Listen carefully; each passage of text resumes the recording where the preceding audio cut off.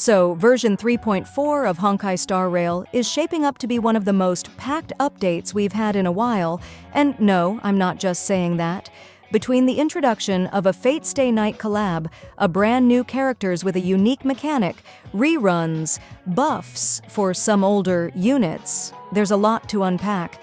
If you've been wondering whether it's finally time to pull or save, or if your favorite character just got a glow-up, yeah, this one's for you. But before we get into all the details, I want to quickly let you know about a giveaway I'm running. I'll be giving away 5 express supply passes, and entering is super simple. Just register on Loot Bar using my link in the description. It only takes a minute. Then come back here and drop your Loot Bar UID and your in-game UID in the comments below. That's it. You've got 1 week from today to enter, and I'll randomly pick 5 winners and send out the passes right away. All right, now let's talk about what's actually coming in 3.4, because honestly, this version might already be worth getting hyped for. Let's start with what's probably the most unexpected part of the patch, the Fate Stay Night collaboration. It's actually happening. We're getting Saber as a limited 5-star wind destruction character, available via a dedicated collab banner that uses regular Star Rail special passes. Then there's Archer, a 5-star Quantum Hunt unit, who's actually going to be free for everyone, but with a catch. You'll need to log in between the launch of the collab on July 11th and the end of version 3.6 to claim him.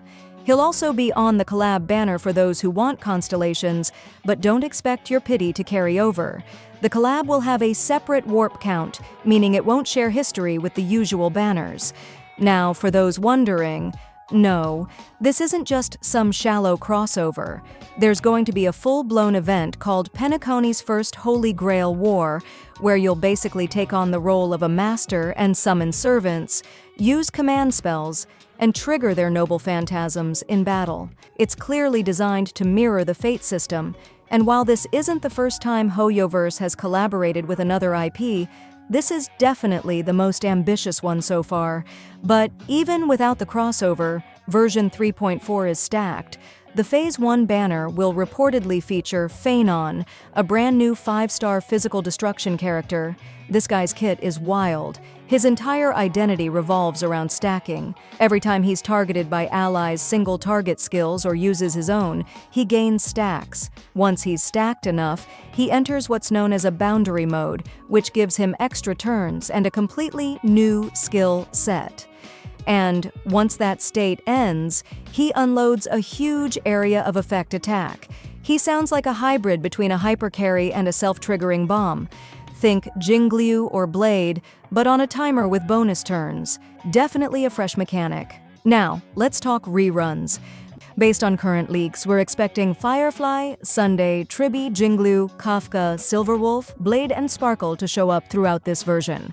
If you missed out on any of them, now's your chance, especially Sparkle, who remains one of the most game-changing support units in the Quantum Harmony niche. Oh, and Firefly mains. This one's for you. We're finally getting her first skin in version 3.4, and it's confirmed to be a gold-tier premium quality outfit. The skin will launch with a promotional PV, so it's definitely being treated as a highlight cosmetic for the patch. The standard price is 1,680 Ancient Dream Gems, but during version 3.4, you can pick it up for a discounted price of 1,350 Ancient Dream Gems. So if you're planning to grab it, make sure to do so while the discount's active. Now, as for the design, if you like that classic Japanese school uniform aesthetic, you're going to love this one. The skin features a sailor-style outfit, also called JK style, a plaid miniskirt, white stockings, loafers, and even accessories like a small handbag, flowers, and a tiny cake motif.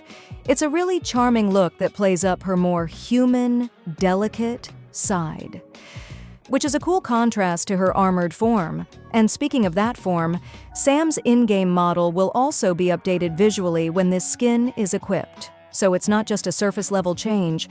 You're getting visual upgrades across both of her appearances. As for buffs, and this is huge, 4 major characters are getting changes in 3.4: Silverwolf, Blade, Kafka, and Jingliu. All of them have seen varying levels of relevance in the meta, and these updates are aimed at pushing them back into viability, especially with the rise of more HP scaling and DOT-based team comps. Starting with Silverwolf, she's finally getting the consistency she needed. Her skill will now always apply the elemental weakness of the first character in your party instead of it being random. That alone fixes one of her most annoying RNG factors. Her ultimate now reduces defense for all enemies, not just one. On top of that, she regenerates 20 energy at the start of battle, and another 5 energy at the start of her turn. Her trace has also been buffed. The chance to implant bugs after a weakness break is now 100% instead of 65%. These changes put her back in the conversation for mono teams or bosses, where you need to shred resistances fast. Next up is Blade, who's leaning even harder into that HP scaling bruiser role. His basic attack now scales with 50% of his max HP, while his enhanced basic goes up to 130%. His ultimate? That hits with 150% of max HP plus 100% of HP loss, which is huge in longer fights where he's constantly taking hits. His talent's follow-up attack also got buffed, and it now scales off 130% HP, which is a solid jump. Plus, he gets 15 energy when using that follow-up. His first Eidolon got reworked too. Now it deals bonus single target damage equal to 150% of Blade's total HP loss. These buffs aren't just numbers. They actually make him better suited to boss fights and team comps where he's the frontliner eating aggro. Then there's Kafka.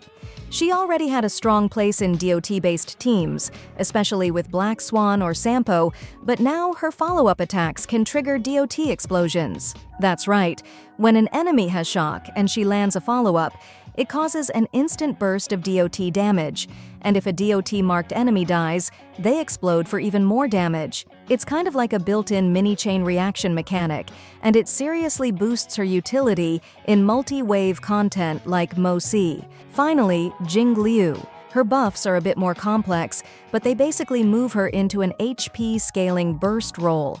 Instead of her damage scaling off attack, everything now scales off her max HP. And it's not just that. Her spectral transmigration state now gives her 1 stack of moonlight every time she consumes an ally's HP, with each stack increasing her critical damage by 44%, up to 5 times. Her ultimate's damage and energy scaling were increased, and her Eidolons got huge quality of life boosts. For example, E1 increases critical damage by 36% and adds extra ice damage based on HP. E4 boosts critical damage for each Moonlight stack, and E6 gives her an extra Syzygy stack and ice resistance penetration. She's now a proper high-risk, high-reward nuke unit if you can support her HP needs. Oh, and we can't forget about the new Planar Ornaments. There are 2 confirmed for March 4th. The first one boosts damage if you don't have a full team. For every missing ally, you gain 9%/12% damage, stacking up to 3 times. That's going to be a huge pickup for solo units like Welt or units built around follow-ups. The second set is made for DOT units. It boosts damage over time by 12%, and if the wearer's attack is equal to or greater than 2,400 or 3,600, they get an additional 12% or 24% DOT bonus. You can already guess who benefits from that. Kafka, Black Swan, maybe even Luca, if you really want to get spicy. So yeah, 3.4 isn't just filler. Between the collab, the new mechanics, reruns, buffs, and gear, this patch is doing a lot. Whether you're here for Saber, trying to revive your Silver Wolf, or planning a brand new Phainon team, there's something for everyone. Now I want to hear from you. Are you pulling for Saber? Saving for reruns? Or maybe you're hyped for the Kafka rework? Drop a comment below and tell me what you're planning to do when 3.4 hits.